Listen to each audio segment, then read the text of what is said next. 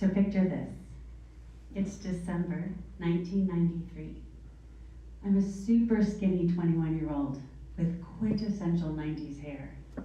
I am talking long, big, and gorgeously red. I'm juggling 18 credits and 3 jobs, living in a sketchy apartment complex at Oracle and Roger, where car break-ins were the norm and the sound of police helicopters lulled us to sleep. This Shangri-La was conveniently located across the street from Target and next door to the Blockbuster Video where I worked. I don't know about you guys, but I miss Blockbuster. And I worked there for a long time. What's that? So, it wasn't the best neighborhood, and my Target was not the bright, beautiful Target that we know today. No, she was a dingy, old school Target, but I loved her just the same. So on this cold December day, the holidays were fast approaching, and I was feeling bored and kind of down. So I did what any self-respecting 21-year-old would do. I decided on a little retail therapy. But in my case, it was retail browsing because I actually didn't have enough money to buy anything back then. I just couldn't resist the draw of a Target clearance end cap. So I made my way across the street and entered Target, which was my favorite store at the time. It truly was my happy place.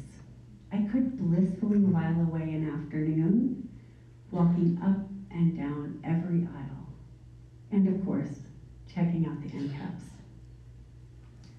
On this particular visit, I made my way to the middle of the store where they used to keep the makeup.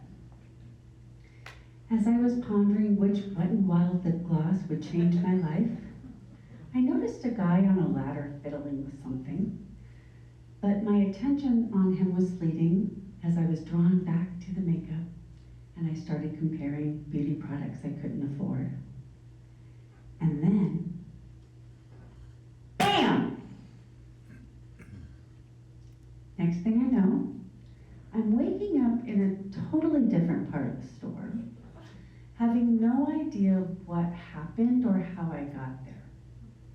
I started in makeup and ended up in women's clothing with a pounding headache, blood streaming down my face, and the world's largest crowd gathered around me like I was Madonna or some other one-name pop star. Turns out, the guy on the ladder dropped an entire light fixture straight on my head. 14 feet of gravity directly onto my skull. I don't know if you've had a head wound before, but they bleed like The Shining's elevator scene. There was blood spewing out of my head and down my face. A woman ran up, announced, "I'm a nurse," and in a heroic move, she grabbed the nearest thing she could find to stop the bleeding, which happened to be a pair of Mossimo jeans. Fun fact, for quite a while after the incident, you could come to my Target, walk in that section, and see the huge blood stain that I left behind. Dingy old school Target, remember? So, there I am, lying on the floor of women's wear, with a pair of discounted bootcut jeans pressed to my head, and people just kept gathering. Nothing draws attention faster than a freak accident at the local Target. It was the most attention I have ever received. Eventually, I heard the scream of sirens headed our way, and the paramedics arrived. And here's where the story gets a little bit better. At the time, my boyfriend was an EMT.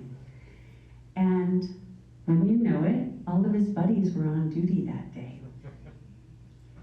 So In come the paramedics, ready to save the day, and whisk me away to the hospital. When all of a sudden I hear, "Hey, guys, it's Amy."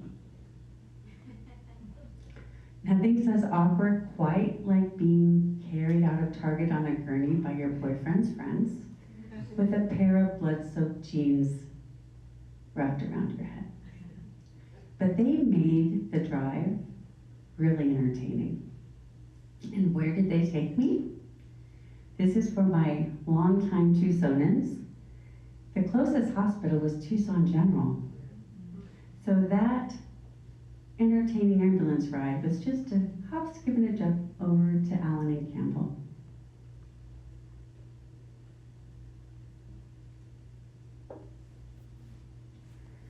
Once I arrived at the hospital, looking like Carrie after the prom, I was carted around for a variety of different scans before finally seeing a doctor. As luck would have it, I was the patient who was going to be stitched up by a student doctor who hadn't done this before. Wait, what? I accepted my fate and moved on to what was my ultimate goal. Remember the long, flowing, beautiful hair? Well, it was blood-soaked, and it had stiffened into an avant-garde shape, the likes of which you could see at the MoMA.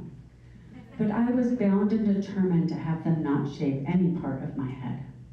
So I begged and pleaded, and I won, thankfully, because I cannot emphasize enough how amazing my hair was back then. With that agreement in place, the student doctor got to work trying to figure out how to close my massive head wound. It took staples, glue, and 35 stitches, and he totally botched the job. Think not enough lidocaine and the shaking hands of a green-faced baby doctor. So not only did I leave Target with a severe concussion, I left the hospital with a Frankensteinian stitch job that didn't heal correctly. When I went back to the hospital a couple weeks later to get my stitches removed, they unexpectedly had to be redone.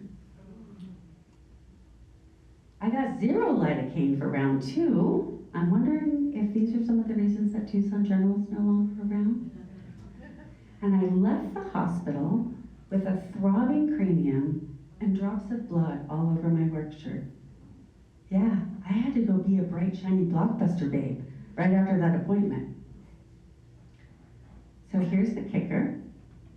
Every time I tell this story, people say, "Oh my God, a guy dropped a light on your head at Target? You must be rich." Sadly, no.